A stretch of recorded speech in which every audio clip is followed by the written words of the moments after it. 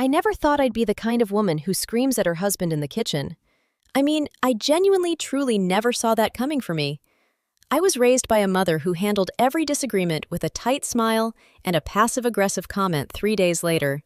Not yelling, never yelling. And yet, there I was, standing in our kitchen on a Tuesday afternoon in October, with a stack of unopened bills on the counter and my phone showing a bank notification that made absolutely no sense. And I was screaming, "You were supposed to pay the bills for our place, not your mom's!" The words came out of me like something that had been building pressure for months, maybe years, just waiting for the right crack in the surface. My hands were shaking. The coffee I just poured was going cold on the counter. And my husband, Brandon, just stood there in the doorway with his jacket still on, keys still in his hand, looking at me with this expression I'd never seen on his face before. Not guilt exactly, not anger. Something more like calculation. Like he was deciding what version of the truth to hand me. He left, said he needed air, said I was being irrational. And I stood in that kitchen alone, staring at the bank notification on my phone. $2,847 transferred out of our joint account to an address I didn't recognize. And I thought, this is not the man I married. 2 hours later, he came back. And he didn't come back alone. The elevator doors opened, and there was Brandon, and right beside him was his mother, Linda.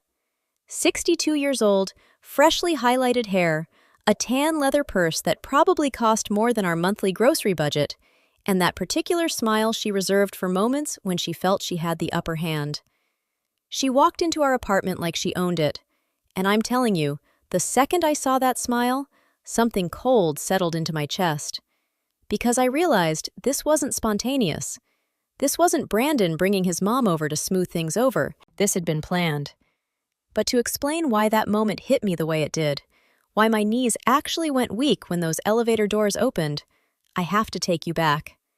Back to before the bank notifications, before the screaming, before I started sleeping on the far edge of our king-size bed like I was trying to fall off the edge of the earth. I have to take you back to when I actually believed I had the life I'd worked so hard to build. My name is Ashley. Ashley Marie Caldwell. Well, Ashley Marie Kowalski now, since I took Brandon's last name when we got married 4 years ago, which is a decision I've had some complicated feelings about recently, but that's a story for later. I'm 31 years old.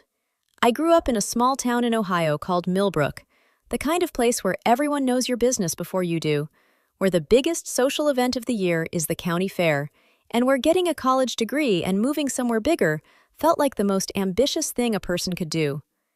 I did both. I graduated from Ohio State with a degree in accounting, moved to Columbus for my first job, then landed a position at a mid-size financial consulting firm in Charlotte, North Carolina when I was 25. That's where I built my real life. That's where I found my apartment, a one-bedroom in a complex called Ashford Crossing, nothing fancy, but mine, and my circle of friends, and eventually, at a birthday party for my coworker Jenna, a man named Brandon Kowalski. Brandon was 34 when we met. Tall, sandy-haired, the kind of guy who laughed easily and made you feel like you were the most interesting person in the room. He worked in project management for a construction company, made decent money, not rich but stable, and he had this warmth about him that I found completely disarming. On our third date, he told me about his dad passing away when Brandon was 19, about how he'd basically become the man of the family overnight, helping his mom Linda pay bills, keep the house, get back on her feet. He tore up talking about it. I reached across the table and held his hand. I thought, this is a good man. We dated for 2 years before he proposed. Nothing extravagant. He did it in the living room of the apartment we'd just started sharing, with a ring that was modest and perfect and exactly right. I said yes before he finished the sentence. We got married in September, small ceremony, about 60 people, in a venue outside Charlotte that had string lights and a garden and everything I'd quietly dreamed about since I was a teenager folding down pages in bridal magazines I definitely shouldn't have been reading. Our first year of marriage was genuinely, honestly good. We bought a 2-bedroom condo in a suburb called Mineral Springs, $287,000, 30-year fixed mortgage, HOA fees of $220 a month, which I tracked obsessively in my budgeting spreadsheet because that is absolutely the kind of person I am. I had worked my way up to senior accountant at the firm by then, making $74,000 a year. Brandon was pulling in around $68,000. Together, we were comfortable. More than comfortable. We had a joint account for household expenses, mortgage, utilities, groceries, the HOA, and we each kept our own personal accounts for individual spending. The system worked.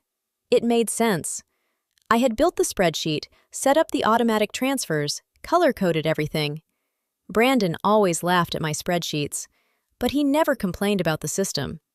We talked about kids, not urgently, not with a timeline, but in the easy, hopeful way people talk about things when they feel secure. We talked about maybe getting a dog first. We drove past houses in nicer neighborhoods sometimes, and I'd point to one and say, "What do you think?" And he'd say, "3 more years, and we're there," and squeeze my hand on the gear shift. Linda lived about 40 minutes away, in a house in a suburb called Concord. She'd bought it with her late husband back in 1991, paid it off mostly, and after he died, she'd stayed there alone. Brandon visited her every other Sunday, which I thought was genuinely sweet. I went with him maybe once a month, sat at her kitchen table, drank her weak coffee, listened to her talk about her neighbor's landscaping drama, and whether her HOA was going to fine her for the color she'd painted her shutters. Linda was not a warm woman. Not to me, anyway. She was polite in the careful, surface-level way that made it clear she was performing politeness rather than feeling it. But I told myself that was just her personality. Some people are like that. It didn't mean anything. It didn't mean anything. That's what I kept telling myself right up until the moment it very clearly meant everything. The first time I noticed something was off wasn't the bank notification. That came later. The first time was actually 6 months earlier, on a Thursday evening in April, when I came home from work to find Brandon on the phone in the bedroom with the door halfway closed. That wasn't unusual. He took work calls at home all the time. What was unusual was the way the call ended the second he heard me come in. The way he came out of the bedroom a little too quickly. The way he said, "Hey, you're home early," when I was, in fact, home at exactly my normal time. "Who was that?" I asked, setting my bag on the counter. "Just my mom," he said. "She's having some issues with her water heater." "Is she okay?" "Yeah, totally fine. I'll probably run over there this weekend and take a look." I nodded. I put my bag down. I went to the fridge and started thinking about dinner and the small, cold pebble that had dropped into the bottom of my stomach when I heard that call end so abruptly. I just swallowed it down. Told myself I was being paranoid. Told myself that's what anxious people do. They manufacture problems, and I was not going to be that wife. The suspicious, insecure, suffocating wife. I had promised myself I would never be that. So, I let it go. I let it go in April. I let it go again in June, when I noticed a $400 charge on our joint account from a hardware store I didn't recognize, and Brandon said he'd bought some supplies to help fix his mom's back fence. I let it go in August, when I realized he'd missed 2 of our automatic mortgage transfers and covered the gap from our savings without telling me until I spotted it myself. "It was just a timing thing," he said. "I forgot to transfer from my personal account in time. It's fine, Ash, it's handled." It's handled. God, I heard that phrase so many times over those months. It's handled. Don't worry about it. I've got it. And I wanted to believe him. I genuinely, desperately wanted to believe him. Because the alternative, the thing that was slowly, quietly taking shape in the back of my mind, the shape I refused to look at directly, was something I wasn't ready to face. Not yet. But October came, and on a Tuesday afternoon, while Brandon was supposedly at the bank, handling a few things, I got a notification on my phone. A transfer notification from our joint account, $2,847. And the memo line, which Brandon had apparently not thought I'd see, read, "Mom, electric, water, cable, October." I stood in our kitchen with that cold coffee and that notification, and I finally looked directly at the thing I'd been refusing to see. And then the front door opened, and Brandon walked in, and I opened my mouth, and 4 years of swallowed-down pebbles came pouring out all at once.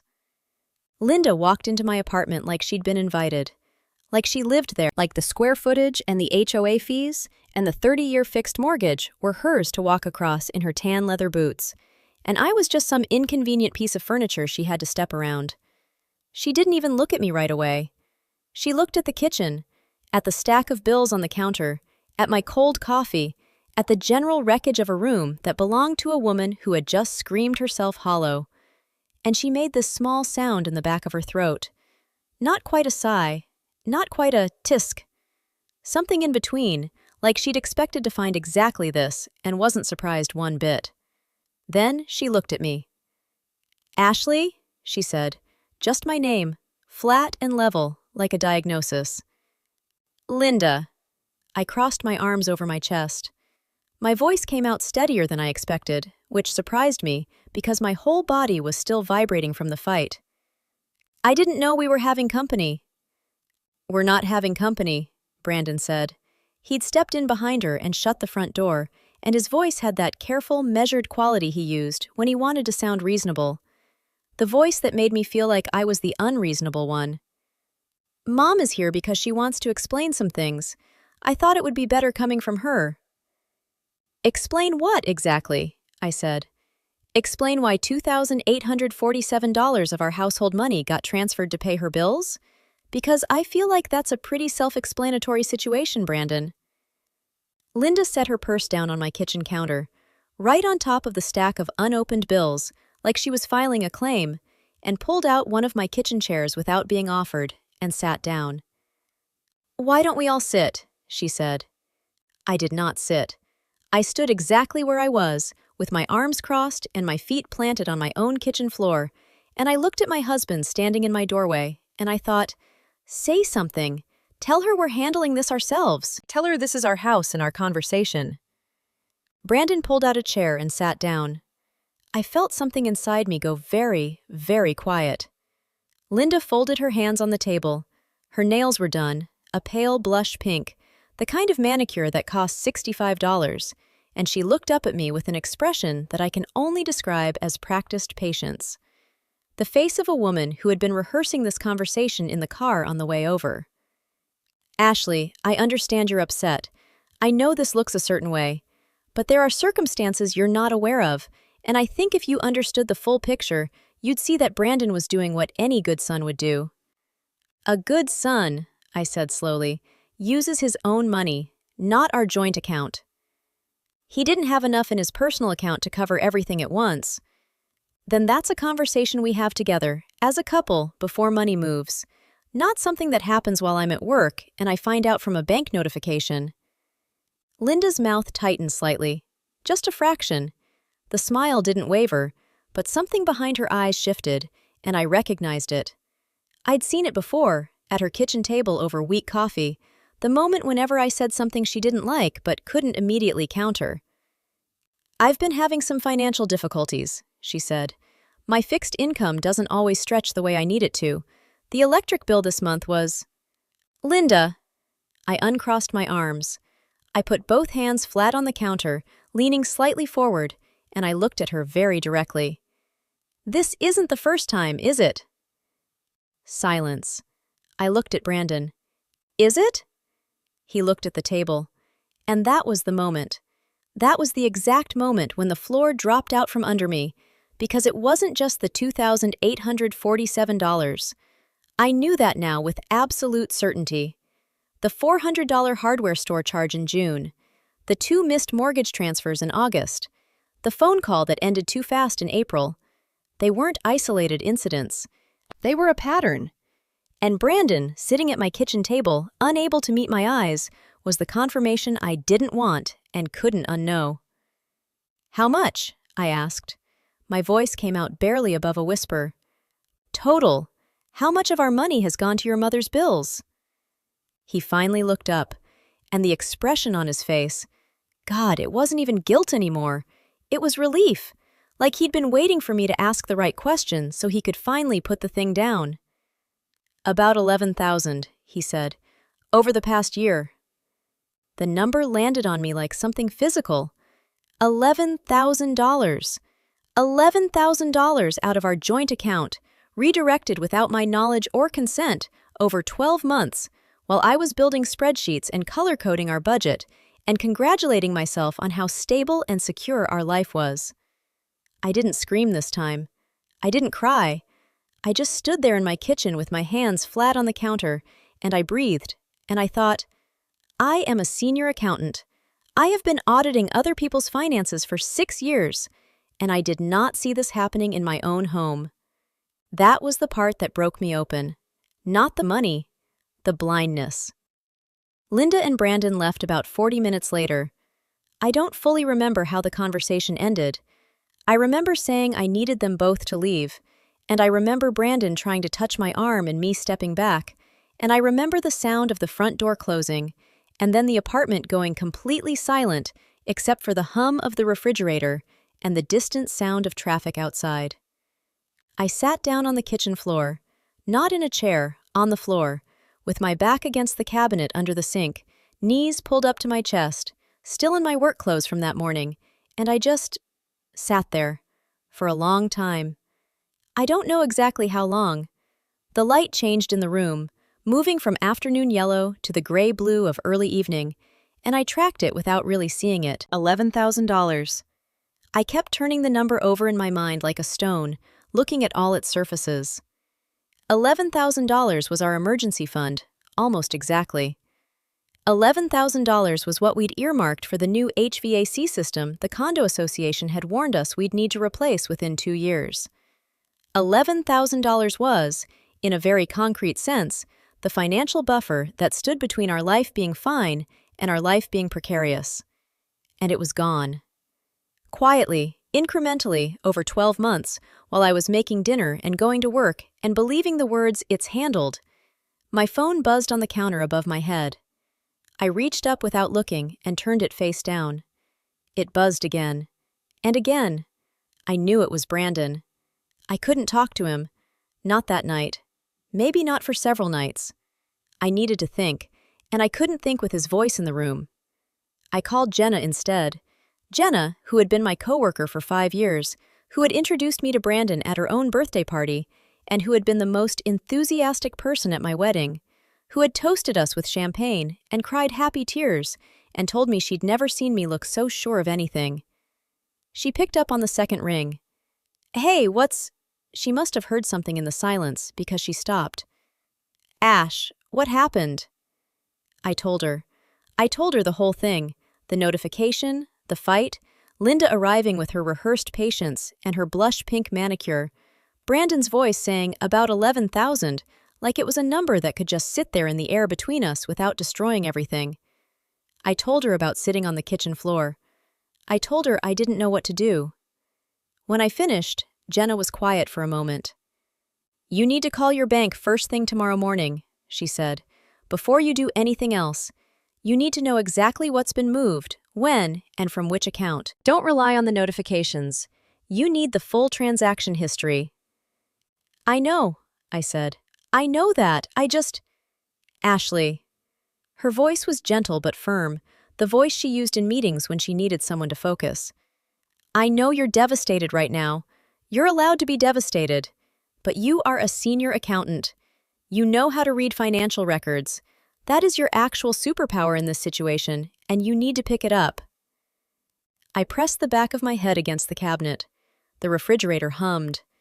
Outside, a car went past with its windows down, music fading as it moved up the street. "He's been lying to me for a year," I said. "I know." Every time I asked him about the account, about the transfers, he looked me in the eye and gave me an explanation, and I believed him. "I know, Ash. I built the spreadsheet, I set up the system, and it didn't protect me at all because he was just walking around the system. Which is why," Jenna said carefully, "you need to find out if there's more. Because if it's been going on for a year and it's 11,000, I need you to think about whether that's the whole number or just the number he was willing to say out loud when you finally cornered him."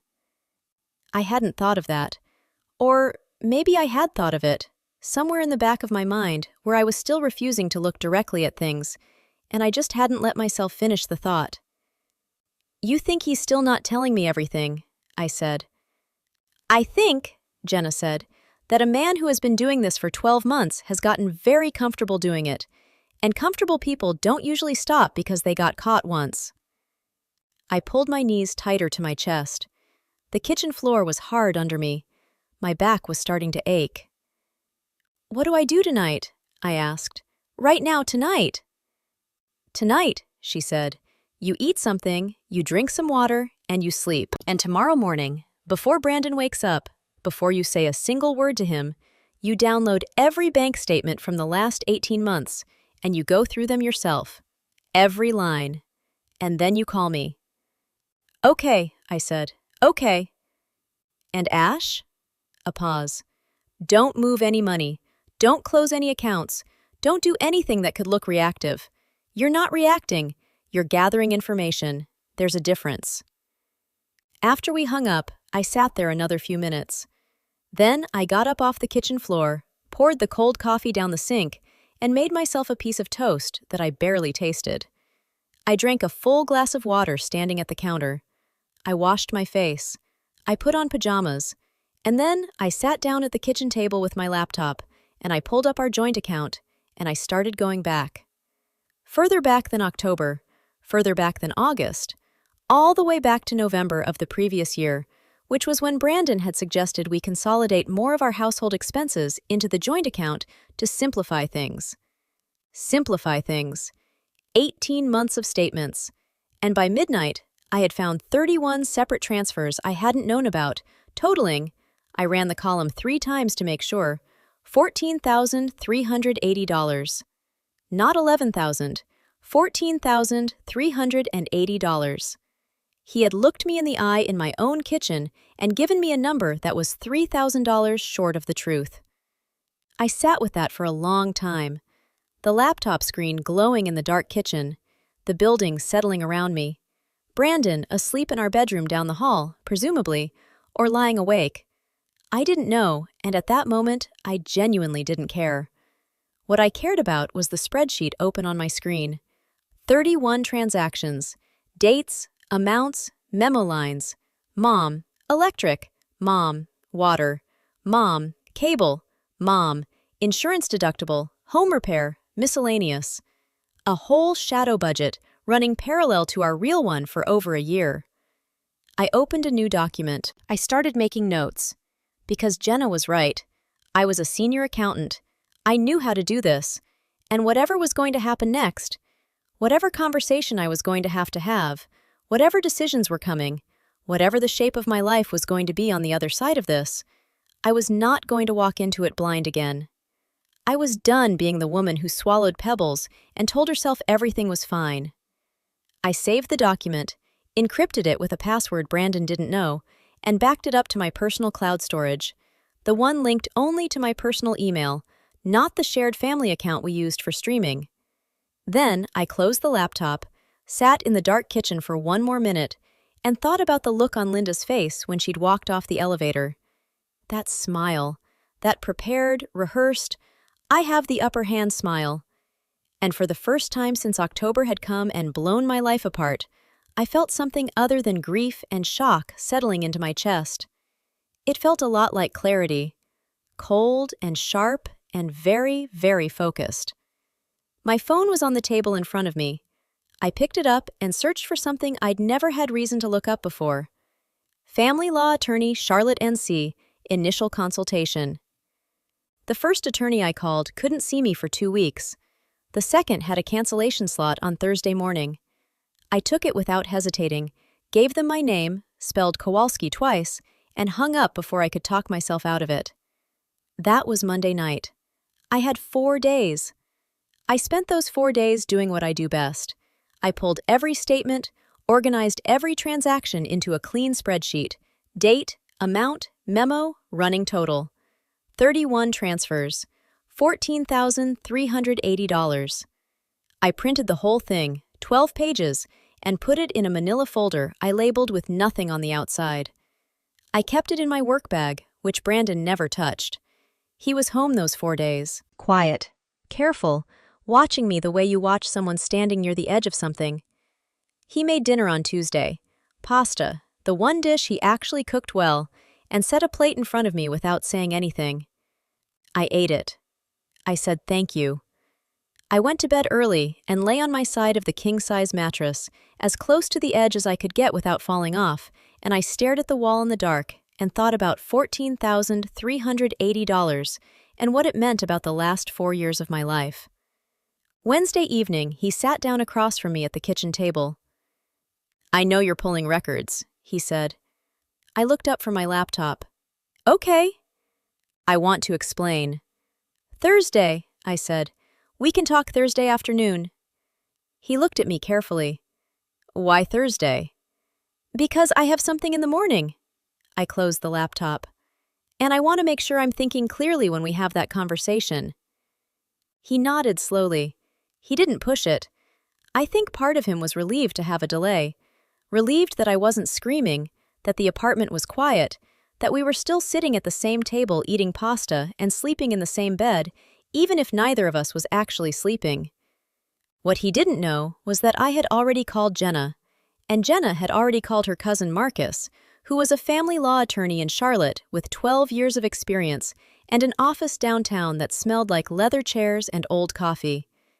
And Marcus had already told me, in a 40-minute phone consultation the night before, exactly what I needed to know about marital assets, joint accounts, and what the state of North Carolina considers financial misconduct in a marriage. Thursday morning, I sat across from Marcus in his leather chair office, and I put the manila folder on his desk, and I told him everything. He read through the 12 pages without saying a word, occasionally making a small mark in the margin with a pen. When he finished, he set the folder down and looked at me. "Mrs. Kowalski," he said, "how much of this does your husband know that you know?" "He knows about the $2,847 transfer. He admitted to $11,000 total. He doesn't know I found the full $14,380. Marcus nodded. He was in his mid-40s, calm in the way that people are calm when they've sat across from a lot of people in crisis and learned that panic never helps. "And your husband's mother, did she contribute to any of these transfers? Did she ask for them, receive them directly?" The memo lines say mom on almost all of them: electric, water, cable, insurance deductible, home repair. So she knew the money was coming. She sat at my kitchen table and told me Brandon was doing what any good son would do. Marcus looked at me for a moment. Then he said, "I want to tell you what your options are." He told me. He laid out the full picture, what a separation agreement would look like, what discovery would look like if we went to court, how marital assets were divided in North Carolina, what financial misconduct on Brandon's part could mean for the outcome. He explained the concept of dissipation of marital assets, when one spouse uses joint funds for purposes unrelated to the marriage without the other spouse's consent. He explained that $14,380 redirected to a third party over 14 months, documented with transaction records, was a very clear example of exactly that. "This gives you significant leverage," he said. "Whether you want to use it to negotiate a settlement or whether you want to pursue divorce, that's your decision to make. But I want you to understand, you are not walking into this with nothing. You are walking in with documentation, a clear financial picture, and the law on your side." I sat with that for a moment. The leather chair was very still under me. "What about Linda?" I asked. "She's on fixed income. She's 62. If Brandon stops paying her bills—" "That is not your problem to solve," Marcus said, not unkindly. "I understand that feels harsh, but you need to make decisions based on your financial reality, not on managing the consequences of your husband's choices for other people." I nodded. My hands were in my lap, very still. "One more thing," I said. "Brandon's going to tell me I'm being dramatic, that it was family money helping family, that I should have been more understanding of his mother's situation." Marcus looked at me steadily. "Then you tell him that you had a financial partnership with him. That partnership required transparency and mutual consent. He operated outside that partnership for 14 months and gave you false numbers when confronted. Understanding comes after honesty. He didn't give you the chance to be understanding because he never told you the truth. I picked up the manila folder off his desk. I put it back in my work bag. I shook Marcus's hand and scheduled a follow-up appointment for the following week. Then I drove home. Brandon was in the living room when I came in. He stood up when I walked through the door, actually stood up, like he'd been waiting, like his body knew something was different even before I said a word. I set my bag down on the counter. I took out the manila folder. I put it on the kitchen table between us. "Sit down," I said. He sat. I stayed standing. I opened the folder, and I turned it so it faced him. 12 pages of transactions laid out in clean columns, every date and amount and memo line visible. I watched his face as he looked at it. I watched him take in the bottom line, $14,380, and I watched the color shift slightly in his jaw, the way it does when someone realizes the game they were playing is over. "That's the full number," I said. "Not $11,000, $14,380. 31 separate transfers over 14 months. I've verified everyone against our bank records." He was quiet. "I met with a family law attorney this morning," I said. "His name is Marcus. He explained to me what dissipation of marital assets means under North Carolina law. He explained what discovery looks like. He explained that this documentation," I tapped the folder, "represents significant leverage." Brandon looked up. His face was doing something complicated. Not quite the calculation I'd seen in the doorway on Tuesday. Not quite guilt. Something more like a man watching a dam break and realizing he built it wrong.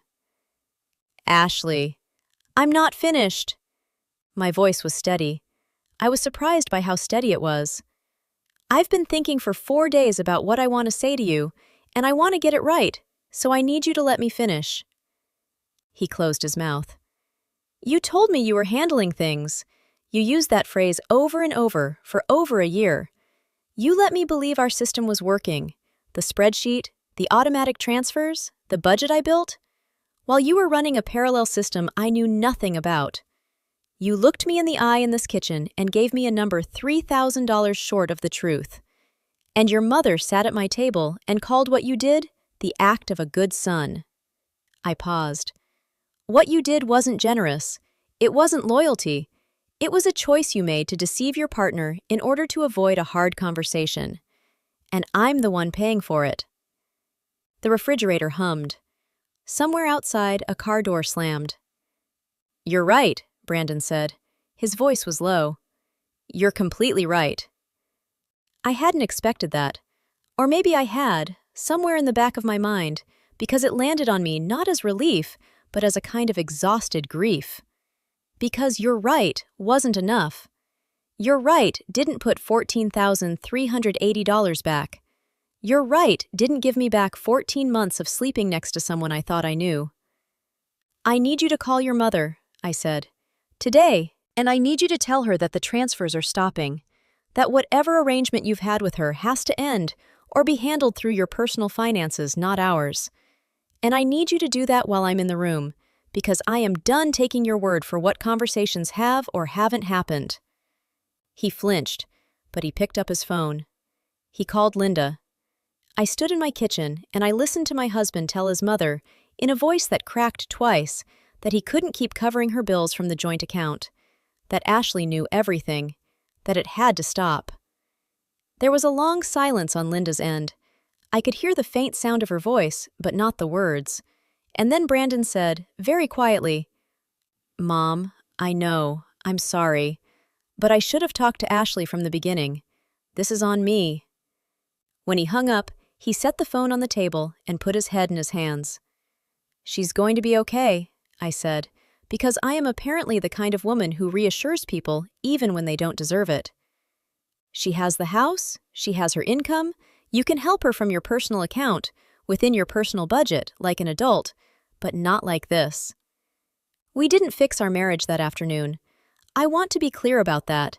There was no moment where I looked at him and felt the warmth come flooding back. What there was, instead, was a very long conversation, 3 hours at that kitchen table, with the manila folder between us the whole time, where we talked about what had actually happened, not the version where he was a devoted son and I was the unreasonable wife, but the real version, where he admitted he'd been afraid to tell me because he thought I'd say no, where I asked him why he didn't trust me enough to have the conversation, and he didn't have a good answer, where I told him that trust, once broken this specifically, doesn't just snap back because someone admits they were wrong. We separated 4 weeks later, not dramatically, no screaming, no thrown objects. I moved into the second bedroom. We kept seeing Marcus, separately, with a mediator Marcus recommended, named Diane, who had short silver hair and the energy of someone who had heard every version of every marital argument and was no longer surprised by any of it. The settlement took 3 months to work out.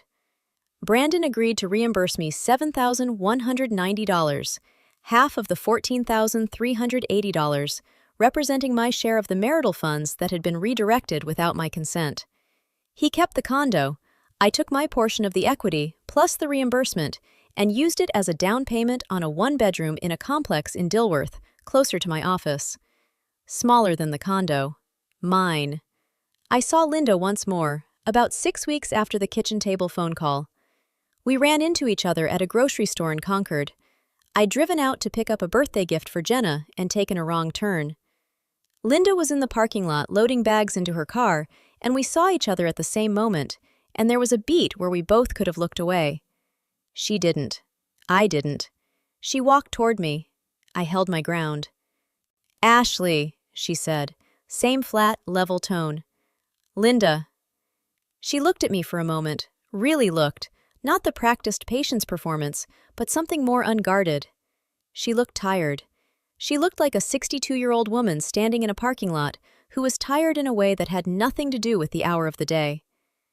"I want you to know," she said, "that I didn't ask him to hide it from you." I looked at her steadily. "But you accepted the money." "Yes." She didn't look away. "I did." I nodded. I thought about saying more. I thought about telling her that accepting it made her part of it, that her silence was its own kind of choice. But I looked at her face, really looked, for maybe the first time without the lens of resentment, and I just said, "I hope you figure it out, Linda. I mean that." I got in my car, and I drove away, and I didn't look back. That was 8 months ago. I'm sitting in my 1-bedroom in Dilworth right now, with a cup of coffee that is actually hot because I made it 3 minutes ago, and I'm drinking it right now. And outside my window, the October light is doing that thing it does in the South. That particular gold that makes everything look like it's lit from inside. I have a new spreadsheet open on my laptop. It's color-coded. It accounts for every dollar I earn and every dollar I spend, and there are no parallel systems running underneath it that I don't know about. I talked to Marcus last week. The divorce will be final in January. After that, Ashley Marie Kowalski becomes Ashley Marie Caldwell again. I've already started the paperwork. Jenna asked me last month if I regret marrying him. I thought about it for a long time before I answered. "No," I said. "I regret believing that love meant I shouldn't ask questions. That's the part I'm changing. I am a senior accountant. I know how to read the numbers. I know how to find what's been hidden and name it clearly and decide what it means for the bottom line. I should have trusted that instinct in my own life a lot sooner. But I trust it now. And that, it turns out, is worth every cold cup of coffee, every swallowed pebble, every night I spent on the edge of a bed trying not to fall off. Because knowing your own worth, finally and completely, is the one thing nobody can transfer out of your account without your consent.